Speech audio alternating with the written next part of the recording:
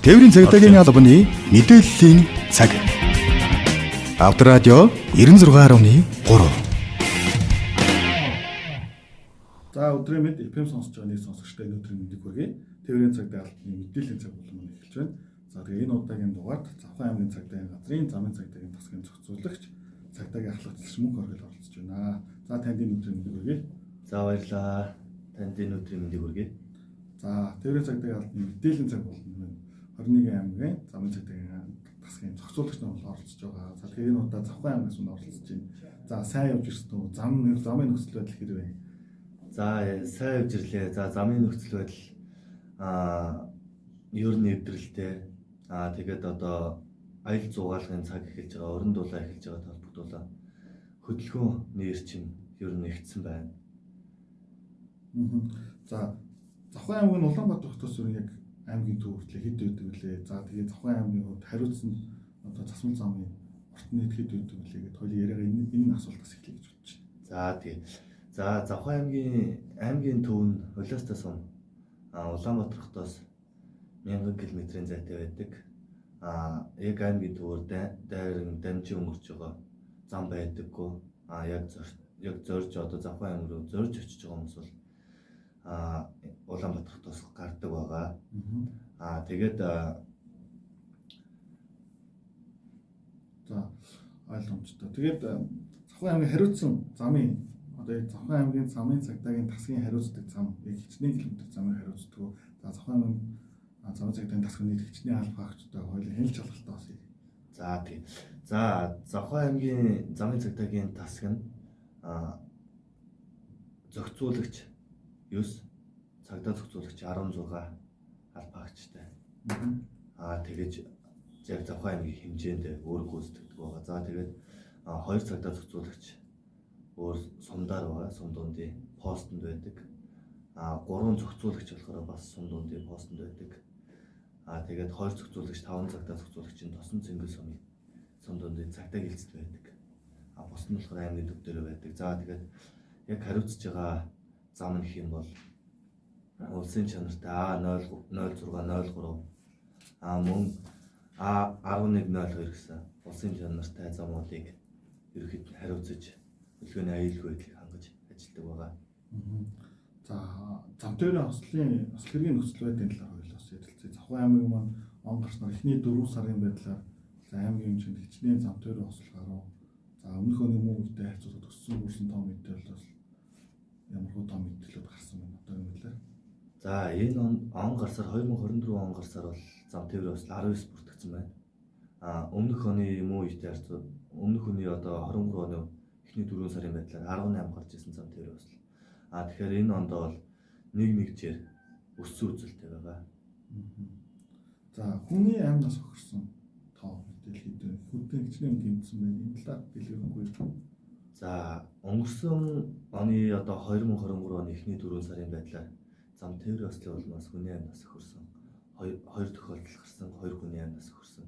Харин он гарсаар бол хүний амнаас охирсон нэг хүний амнаас охирсон тийм зам тээврийн осол гарсан. Тэгэхээр хүний амнаас охирсон зам тээврийн осол нэгжээр буурсан байна 50%-аар. За Завхан аймгийн хувьд ер нь зам тээврийн осол гарч байгаа шалтгаан нөхцөл нь тийм. За яг юунаас болж гарч байна? За зам тээврийн осол байн тогтмол гараад байдаг тийм одоо бидний хар яриа бол нэг хацэг гэдэг. Тийм аюултай хэсэг байгаа шүү дээ.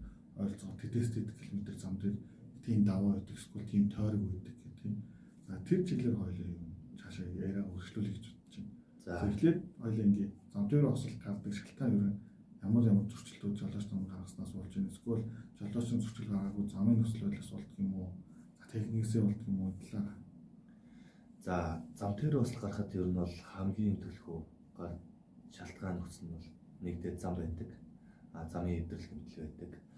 Хоёрдоод одоо Завхан аймаг би түрүүлсэн шүү дээ нөгөө Улаанбаатар хотоос 1000 км зайтай байдаг гэж. Яг тэр хооронд Улаанбаатараас гарч байгаа бол эсвэл Завханаас Улаанбаатарыг Баатар руу одоо ингээд чиглэж байгаа хөдөлгөөн нь болохоор өглөө эрт гарах юм эсвэл орой гарах тохиолдлууд байдаг.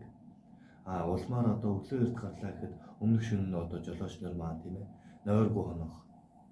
Улбаалаад одоо өглөө эрт гараад өдөржин машин бариад орой яг унтах цагтаа замдаа хөдөлгөөнд оролцож идэг.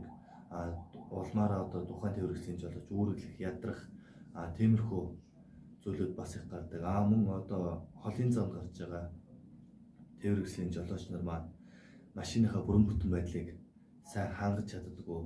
Дугуйныхаа одоо хийгийг тааруулж чаддаггүй гэх юм уу, тийм ээ? Нэг тиймэрхүү. Тэгээ мөн бас хурд хэтрүүлэх, орон нутгийн замд хурд хэтрүүлэх. Мөн одоо эрхийг үнэлэхгүй хүнд, тийм ээ, одоо хөдөө орон нутагт явж байгаа цагдаагийн албаагч нар байхгүй одоо жолооч нар маань эрхийг үнэлэхгүй хүнд тээврэгцлийн жолоогоо шилжүүлэх юм уу, тийм ээ? Жолооч өөрийнхөө гарыг хамгаах зорилгоор тэгж явдаг. Энэ зөрчлүүд нь бол ер нь төлөвлөгөө байна.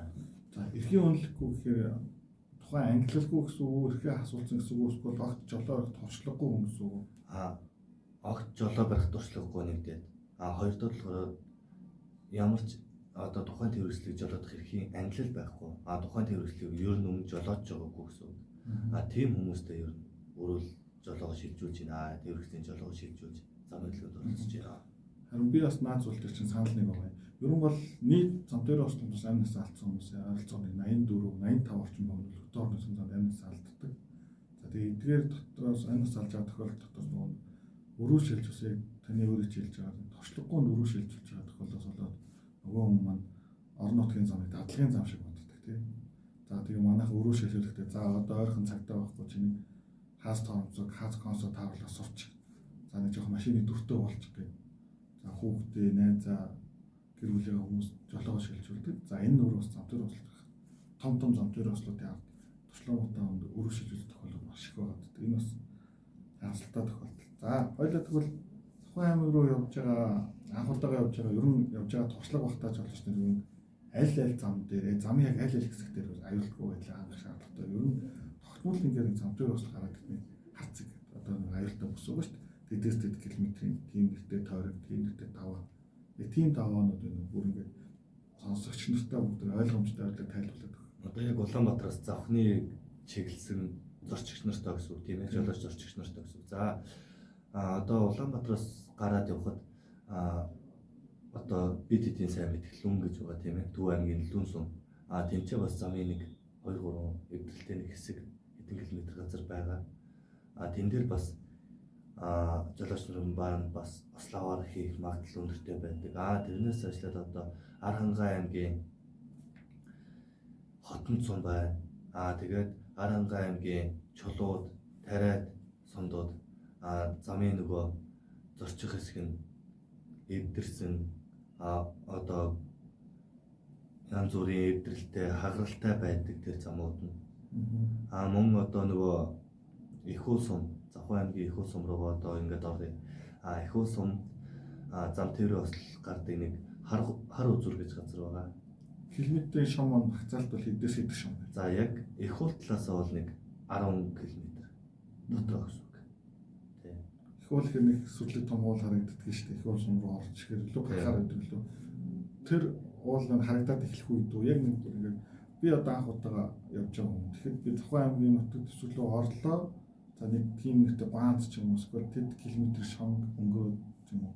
Бүр яг тэгээ тодорхой заадаг байх. За одоо Улаанбаатараас явж байгаа Цэцүүхэн ам гэж байгаа. Нөгөө Солонготын даваагаар тийм Цэцүүхэн. Тийм. Тэрүүгээр одоо ингээд яг зүү эргээд явдаг. Яг Цэцүүхэн амаараа чигээрээ явсаар байгаа зүү эргээж явахаар голоо өгсөд явдаг байгаа. Замын голынхаа урдуур зам.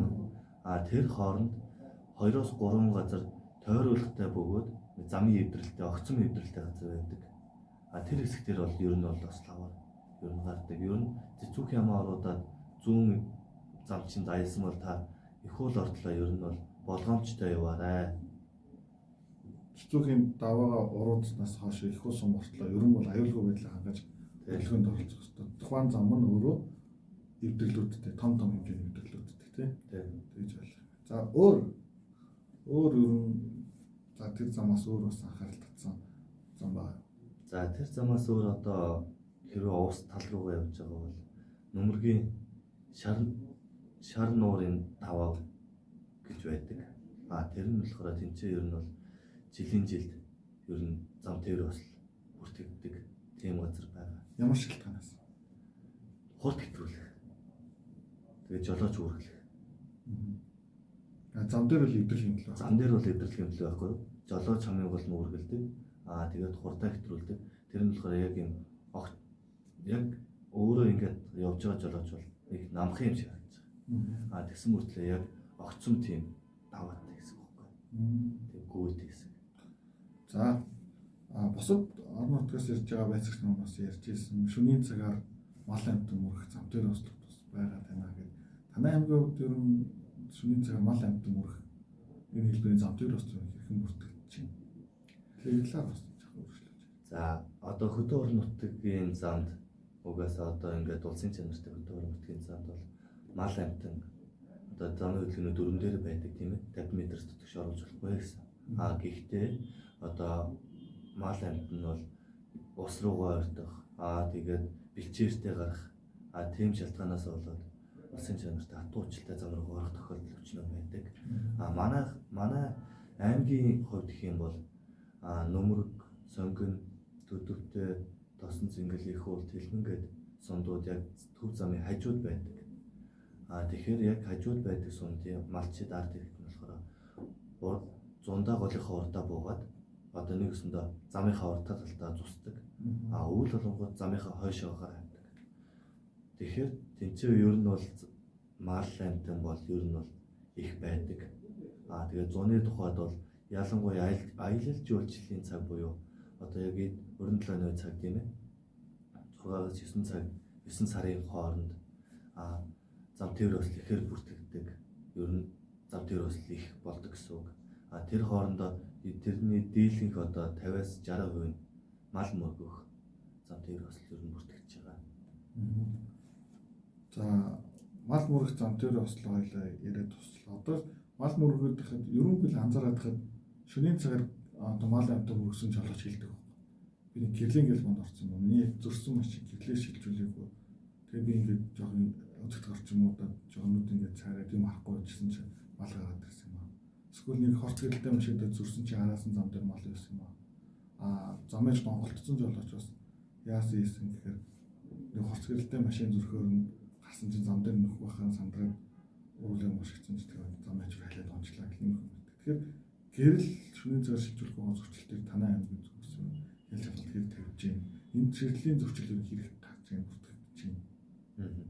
За манай аймгаас бол их уул дээр байнгын пост ажилладаг 24 цагаар.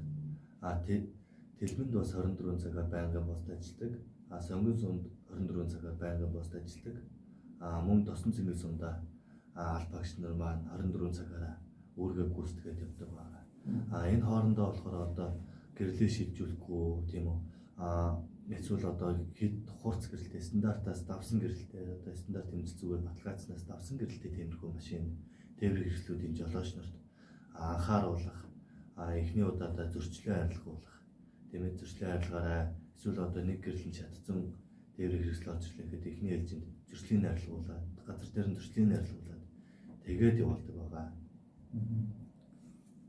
Гэрэл яг ингээд гэрэл шилжүүлэхгүй байгаа зөрчлүүд дээр зөрчлийн тухайлаг хэдий дээр арга хэмжээ тооцдог лээ. Энийг бас сонсогч хүмүүс гайж магадгүй тийм. За хэрвээ гэрэл шилжүүлэхгүй тийм ээ ойрын болон холын гэрлээ шилжүүлэхгүй эсвэл тээвэр хэрэгслийн гадна талын гэрэлтүүлэх хэрэглэх журам зөрчсөн гэж байдаг. Зөрчлийн тухайл 14/7-гийн 41 дээр заагаад өгсөн байгаа. 21 зэрэг торгуулийн арга хэмжээ авагддаг. Тийм торгуул байгаа. За хоёлаа яриа дараагийн сэдв рүү оруулъя. Энэ оны 1 сарын 1-ний өдөрт эхлээд болсон хэмжээнд одоо зөрчлийн тухай болон аюулгүй тухай нэмэлт өөрчлөлт болсон. Согтуугаар төвс жолоод зөрчилд хүлээлгэх хариуцлагт маань нэмэгдсэн. За үүнээс шалтгаалаад сая 4-р сарын том мэдээ гаргахад согтуугаар төвс жолоод зөрчил маань өөр 40 хэдээр буурсан байна гэдэг. Улсын хэмжээнд дүү мэдээ гарсан байна л да. Тэгэхээр Цавхан аймгийн хувьд хүмүүс согтуугаар төвс жолоод зөрчил хэрвээ өмнөх оны муу үедээ харьцуулахад хуулийн өөрчлөлт нэмэлт өөрчлөлт болоод буусан зүйл байгаа юу? Хяналт шалгалтыг хэр тавьж байна? За манайх бол одоо өдөр болгон хяналт шалгалт хийдэг. Өдөр болгон одоо зам дээрээ цагдаа зохицуулагч нар маань хяналт шалгалт хийгээд зохицуулах ундааны зүйл хэрэглэсэн үедээ тээвэрлж болоод байгаа зөрчлийг илрүүлэх чиглэлээр арга хэмжээ авдаг. Өнгөрсөн оны муу үетэй харьцуулахад манай дээр хүртэл зохицуулах ундааны зүйл хэрэглэсэн үедээ тээвэрлж болоод зөрчил ер нь 50-60% буурсан. Яагаад ийм учиртай юм? яа энэ одоо нөгөө шинэ хууль тийм ээ. Шинэ одоо хуульд нэмэлт өөрчлөлт орсон тийм. Нэмэлт өөрчлөлт орсонтой холбогдуулаад одоо согтууруулах хундааны зүйл хэрэгсэн үедээ тэрвэрлэлийн жолоодох хэрэг асуулцсан хүн дахин согтуу гэж байдаг гэсэн тийм ээ. Дахин согтууруулах хундааны зүйл хэрэглээд орж ирэх зөрчил манай дээр одоо өнгөрсөн он тэгэхэд 20 гаруй бүртгэжсэн бол өнгөрсөн оны одоо эхний 4 сарын байдлаар давтан согтуу гэсэн. Одоо энэ онд тэгэхэд 2 бүртгэгдсэн байх жишээний 10 дахин буурсан гэсэн үг тийм. 10 дахин буурсан гэсэн үг. За. Тэгэхээр асуутуулах хундааны зүйл хэрэгсэн үедээ тэрвэрлэж жолоодох зөрчил маань өөрөө за зам үйлгийн дөрвөн зал зурчаа зөрчлүүд дотор хамгийн хүнд хэлбэрийн зөрчлүүд тийм. Яг одоо архи уусан хүн маань өөрөө орон зай баримжаа алдагдсан, сэтгэл санаа өөрчлөлттэй болно тийм. За харах баримжаа, мэдэх баримжаа, сонсох баримжаа бүгд алдагддаг. Тэгэхээр таныг одоо ажиллаж байх хугацаанд яг согтууруулах хундааны зүйл хэрэгсэн үедээ зам дээр бас гараад ирсэн тийм тохиолдол байсан уу? Тэн дээр очижсэн уу? Ер нь бол хоёлаа яг нэрийг хэлэхгүй, машиныг хэлэхгүй, газар хэлэхгүй тийм ер нь тийм осол гараад ингэж хүн ингэж хүний амнаас гарч ирсэн ийм хавсалтай зүйл болсон хоёлын бодиттой жишээ согтуугаар тэрвэрч жолоодсон зөрчилтэй байна. За согтуугаар тэрвэрч жолоодсон зөрчил дээр одоо өнгөрсөн оны 100 одоо нэг мотоциклтэй хүн гэрээсээ гараад найзандаа 2-3 шил арх 5 зургуулаа хувааж уусан байна. Тэгээд буцаад хөдөө байдаг гэрлүүгээ явах замдаа мотоциклтойгоо онхолдоод амнасаар хөрсөн асуудал гарсан. Тэр хүн маань гэр бүлтэй. Гэр бүлтэй 2 хүүхэдтэй. Тэгээд харамсалтай. Хэд ойролцоогоо насны төрч юм байна. 30 гаруй настай. 30 гаруй настай. Өөр автомашин. За одоо бас нэг осол гарсан байгаа. Согтууруулах хундааны зүйл хэрэгэлсэн үедээ тээврийг хэрэгсэж жолоодоод өөрөө тухайн үед бол би юу босноо мэдэхгүй байна. Би яаснаа мэдэхгүй байна. Би санахгүй байна гэж бүрэн тасарсан байсан хүн байсан байгаа. Тэр нь болохоор тээврийг жолоодоод эхнэрийгээ дайрч авсан нэг тийм гонигтай мэдээ байгаа. Хашаандаа юм уу гудамжны хөдөө хээр. Тэ өдөө хээр газар тэгж дайрч санамсаргүйгээр дайрч тэгж амнаас нөхрөөс тийм асуудал гарсан. Шаардлагатай. Ер нь бол асуутуулах хундааны зүйл хэрэглээд машин байна гэдэг өөр маш том зөрчилтэй. Тэгээ яалтчгүй өөрөө хэлж байгаагаар юу болсон гэж мэдэхгүй байна те. За тэгээд бүхэл бүтэн ардаа байгаа гэр бүл амьдрал хүмүүсээ ингэ шууд өөрөө ингэ амнасаа алдаад ингэ явчихжээ. Тэгээд согтуугаар тэрвэрлж чадахгүй маш олон боломж өгдөг. Тэгээд энийг бас манай Японы сонсч байгаа хүмүүс бас ойлгоод авна. Хэрвээ та асуутуулах хундааны зүйл хэрэгсэн бол битгий өөрөө л арцуугач те. Та нийтийн тээврээр авч болно, автобусаар таксиар авч болно, дуулын цалгаач дуудаж болно. За хөдөө орон нутагт байлаа гэсэн та зүгээр л удаж амраад ирүүл бас татгаал авчих хэрэгтэй байна. Одоо сүүлийн үед бас нэг хавсалтай 2 зам дээр бас бүртгэлээ л дээ. Хүүхдтэй нь салцсан. Эцэг хасраа хамгаалагч нь машина хөдлөх үедээ машины ойроо тоглож байсан хүүхдээ хараагүй дайраад амнаас нөхөрсөн тохиолдол бүртгэлээ. Тэгэхээр яг энэ ер нь бол Цавхан аймгийн хувьд бас хүүхдийг зам дээр бас урьдчилан цаг чиглэлээр ухаан ажил гаргаж хэмжээний зохион байгуулж ажиллаж байна. За танай аймагт за энэ жил хүүхд гэмтсэн хүүхдийн амнаас хүрсэн осол байгаа юу? Эсвэл хүүхд гэмтсэн зам дээр бүртгэгдсэн үү? Шалтгаан осол нь юу вэ? За онгорсоор бол манай дээр хүүхдийн амнаас хүрсэн зам дээр бүртгэгдээгүй байна. Одоо энэ байдлаар хүүхэд тодорхой хэмжээгээр бэрцсэн нэг 2 зам дээр өсөл.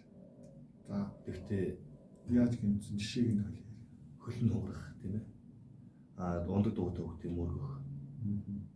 Тийм ослууд ер нь бол их хвчлэн байдаг. Хөл нь уурсан хүүхд нь зорчигч байсан уу? Зорчигч. Хамгаалах бус байхгүй. Зорчигч. Явган одоо тэрвэрлэлийн хойно зорчиж явсан хүүхд. Тэгэхээр хүүхдийн аюулгүй тэрвэрлэлттэй хилж хэлдэг чинь ер нь Цавхан аймгийн төвийг бол хүн заавал зорж очдог тийм. Дундуур зам дайрч өнгөрдөг учраас. За тэгээд танаа тосон цэнгэлэг бол ус амир явж байгаа хүмүүс дайраад өнгөрдөг тийм. Тэгэхээр ер нь бол танах хэл шалгалт хийж байгаа постууд байгаа. Тэгэхээр хүүхдийн аюулгүй тэрвэрлэлт хүүхдийн судлалын усны хэрэглээ байна уу? Доор нутгийн зам зорж явж байгаа хүмүүс. За яг Улаанбаатар хотоос гарч байгаа тийм ээ Улаанбаатар хотод ажиллаж амьдардаг зуны улирлаар хөдөө орон нутагт амрахаар явж байгаа хүмүүс бол ер нь хүүхдийн суудал, зориултын суудлын бүстэйгээ байдаг. Ер нь Улаанбаатар хотод байдаг хүмүүс. Харин хөдөө орон нутагт байдаг хүмүүс нь тоотой нэг хэд хүмүүс байдаг. Маш бага хүмүүс. Бусд нь болохоор зүгээр хүүхдээ суул авч явах, эсвэл хойдлын суул дээр суулгах. Тиймэрхүү зүйл байдаг. Бүр багаж дотор орцсоо дунтуулах тий. Тиймэрхүү тохиолдол бүртгэжсэн бас. Багаж миний бас мэддэг бас бүр ингээд зам дээр бас гарч ирсэн. Форестер маркийн машины багаж дотор 7 настай охин дээр зам орцсоо дунтуулсан. Тэгээ хоошоо Баянчааны сумын төв рүү орж байгаа хурц аврагч гэдэг гинт жолоочийн сансан. Яг нөгөө төв тухайн үед нь цас орцсон зам жон гулгаатай байсан. Тэгээ сумын төв рүү уруудж байгаа нөгөө жолооч гинт хурц аврагч гэдэг санаангуудаа зүгээр л торомцоо зүйлэн гიშгэн машин нэргэлдээд тэгээ замын хажуу зам дагуу байдаг шатон сүгэх станц мөргөл колонк мөргөл. Тэгсэн чинь хойдлын цонхоор нөгөө сэлхний багажин мочос хүүхэд нь өсрөө гарч ирсэн. Тийм тохиолдол. Тэгээ тэр нь өөрөө хяналтын камерт бичигдсэн. Тэр манайхан бас нэг хүүхдийг буруу төвлөдөг маш муухай жишээ байна. Хүүхдийн амьсгалыг хамгаалах гэж ингээд бид хүн хичээгээд байдаг. Эцэг эхчүүд өөрсдөө хамгийн хайртай хүүхдүүдээ буруу төвлөө шүү дээ. Урт судал дээр үрдэрс хүүхд суулгаж явж болох бол хэрэг.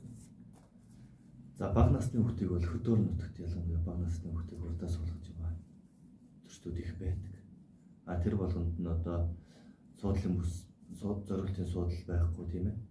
Тиймэрхүү юм байхгүй гэхэд тухайн үед нь бол авах арга хэмжээг нь авдгаар аваад тэрнээс гадна болохоор та одоо хүүхдийн аймнаас болон өөрсдийнхөө аймнасыг хамгаалахын тулд та ийм арга хэмжээ авах хэрэгтэй, суудлын бүстэй байх хэрэгтэй, зориултын суудал дээр суулгах хэрэгтэй. Өөр дээрээ заавал авч явах шаардлага байхгүй та ингэж авч явах чинь болохгүй гэдэг байлаа.